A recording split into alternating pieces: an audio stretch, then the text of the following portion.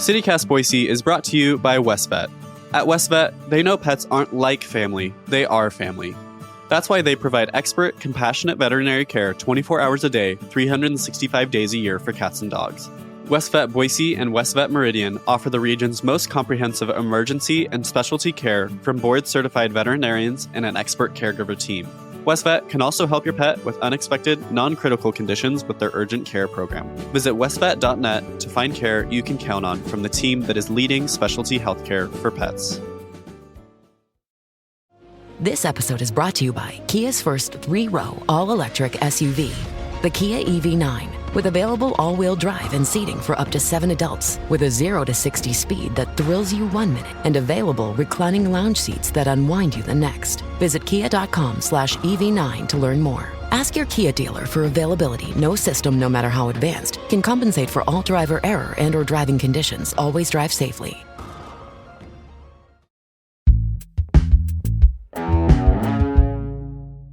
Today on CityCast Boise, if making new friends or connecting more with fellow Boiseans is one of your goals for 2024, then you don't want to miss our conversation with Jocelyn Robertson. This episode was one of our favorites this year, and it's full of tips on where to go to meet new people and how to make friends in a city where that can be hard to do. Also, this episode features our former host, Emma Arnold. Emma is a comedian based in Boise, and her new album, Myself, is available now. You can find out more at emmaarnoldcomedy.com.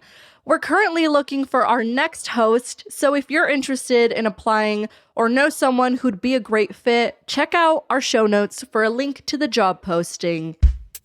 It's Friday, December 29th. I'm Evelyn Avitia, and this is what Boise's talking about.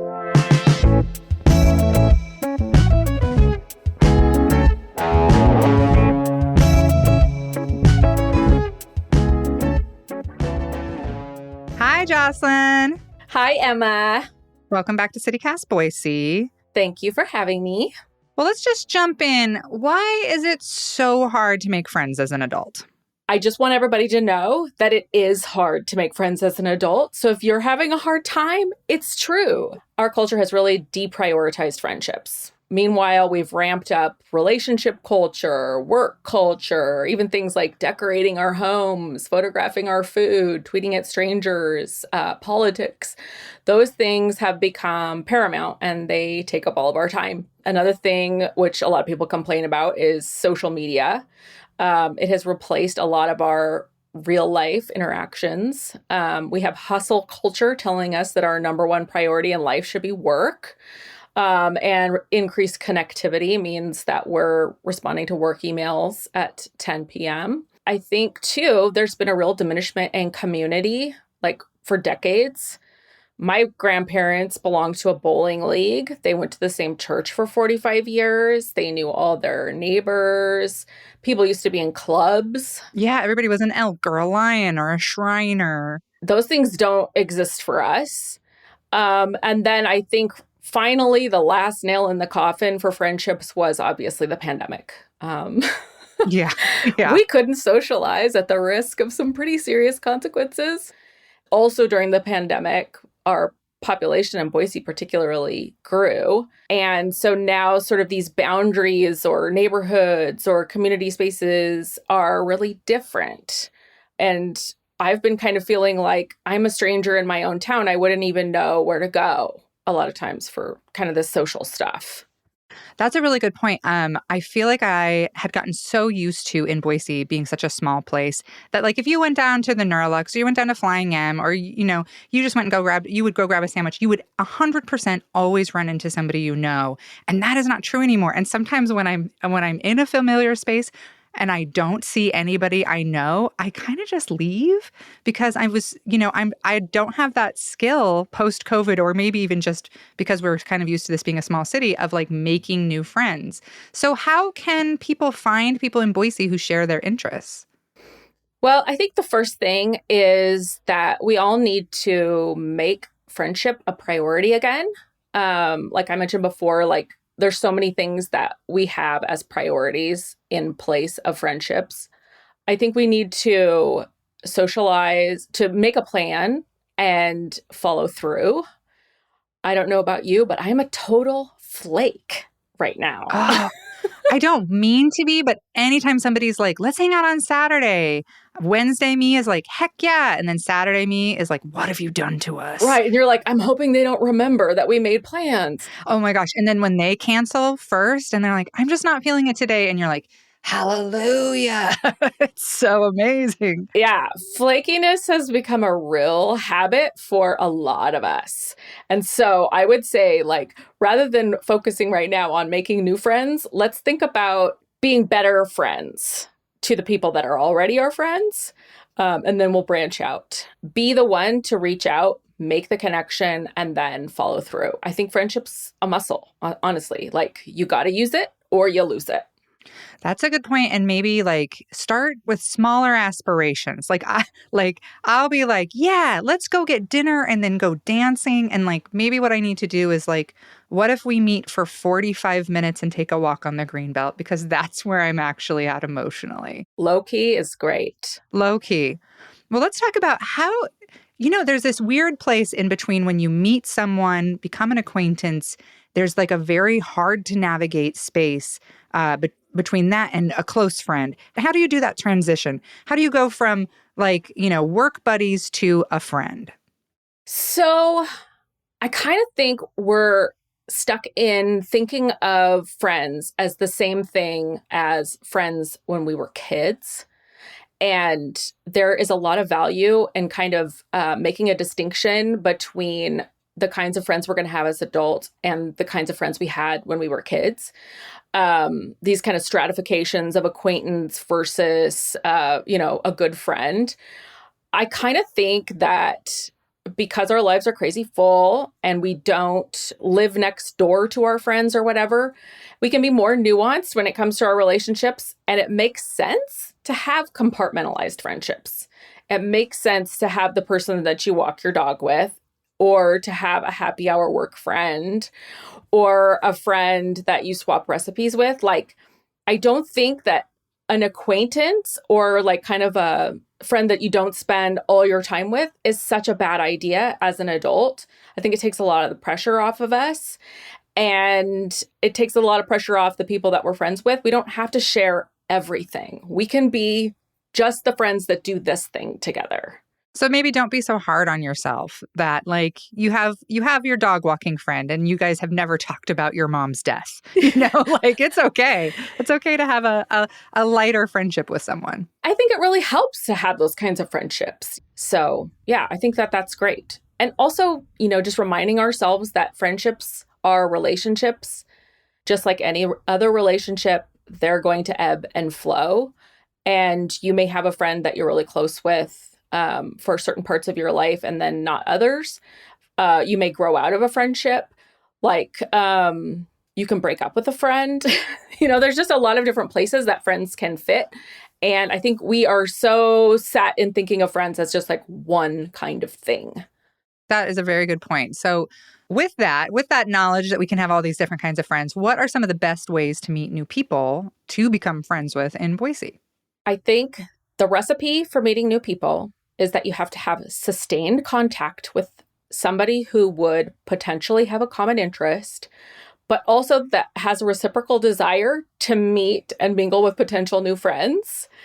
I like the idea of inventing a standing informal occasion, just like you were talking about, like something really like a coffee, where you're the consistent participant and that you just throw out a general invitation to all of your friends, but that you'd like them to also bring somebody else, to bring another friend. So scheduling a weekly or biweekly greenbelt walk. A couple in my neighborhood started a tradition of putting their fire pit in their driveway and having a bonfire once a week. I love that. Front yard stuff. We don't do a ton of that in the West. In the Midwest, that's huge. Yeah. And people stop by, they stand around the fire, they have a beer, the neighbors walk by, and it just, it's really informal. It's just a great way to just kind of ease back in to meeting new people. I like to think of friendship as kind of concentric circles. So if you have a friend, they probably have a friend that you would also like. If there's something you like to do, if you like to cook or paint or hike, find a way to co-experience those things with new people.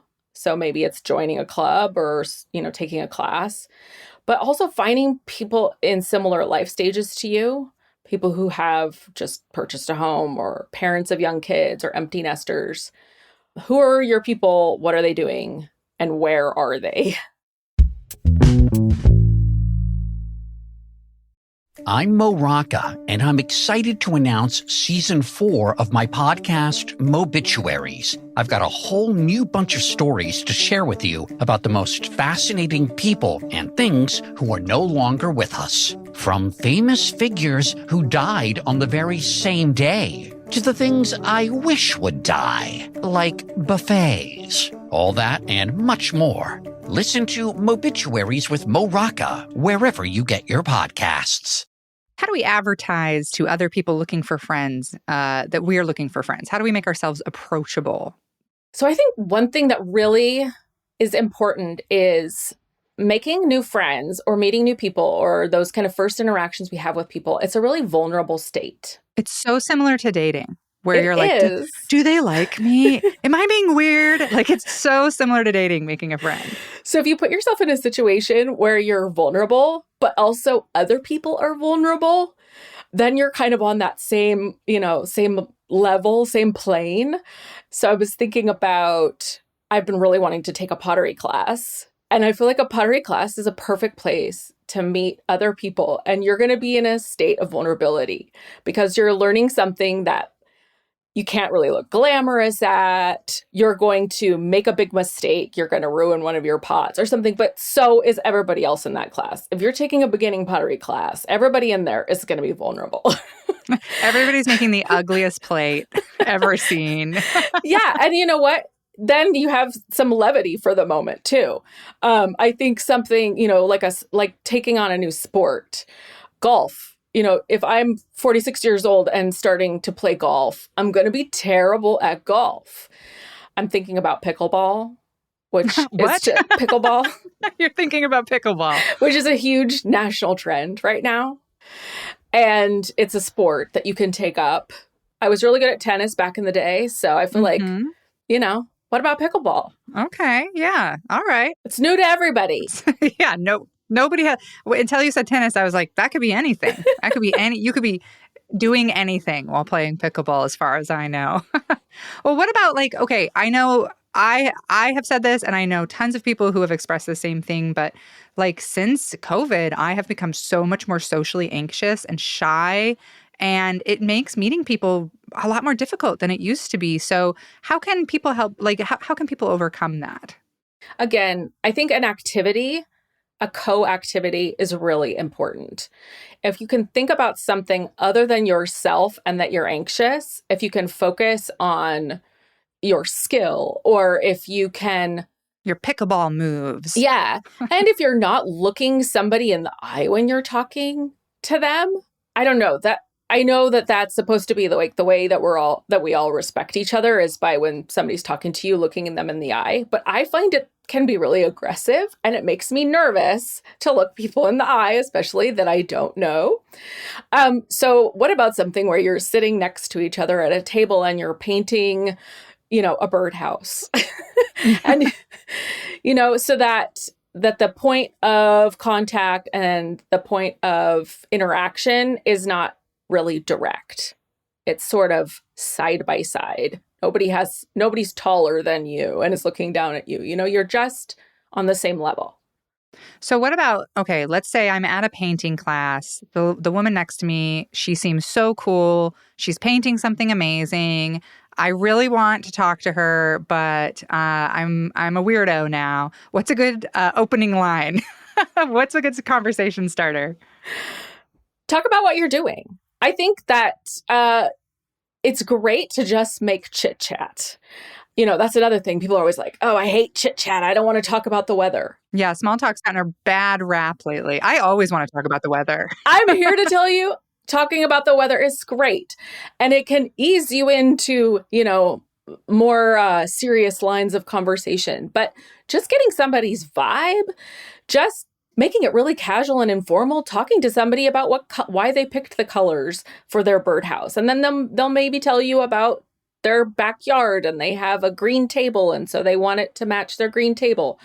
You get to know somebody and their demeanor and their personality, I think, through that small stuff, and then transition into bigger topics. Well, we were talking earlier about there being a ton of new people here. So what advice would you give somebody who just moved to Boise and wants to make friends? We actually get a ton of people writing into the Hey Boise newsletter saying, hey, are there like any specific places or events here that are like, will help me make friends? Like it's a real struggle for a lot of the new transplants. Get a dog. Get a dog. Yeah. Seriously. Get a dog. Go to the dog park. Take a dog obedience class.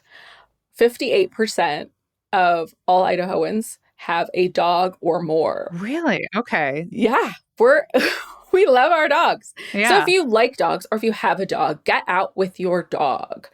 Boiseans are also outdoorsy, of course. So if you have a tendency towards running or mountain biking or climbing, there's a lot of clubs. I know that there's bike riding clubs and running clubs that start at a certain place and then end up at a bar or a coffee shop. So I think getting out and enjoying what Idaho has naturally to offer is a great place to start.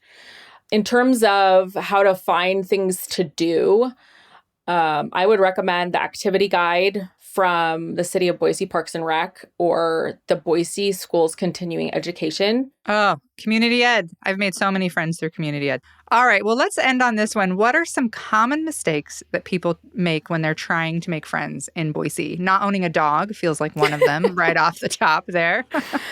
Just like with everything in our lives, I think we have too high of expectations and no patience.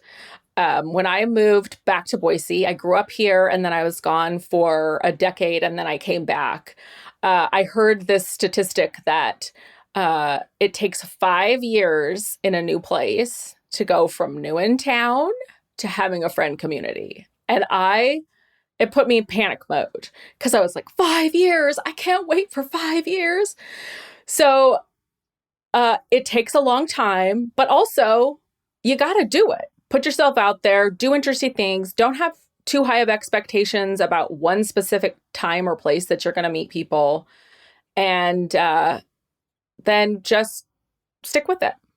Yeah, it takes a while. It takes a long time. And, I'm going to give a little advice here that I've found over the years for deepening a friendship is don't be afraid of conflict. That is how these things deepen. That is how you get to know a person. And after conflict, you can be like, yep, we're not a good fit, or it just deepens everything and it makes it so you know each other better. So, well, Jocelyn, you're my friend, and I really appreciate you coming on here and telling us how to make more friends. Nobody's quite as good at it as you are, as I've seen over the years. So thank you so much. Thank you, and good luck, everybody.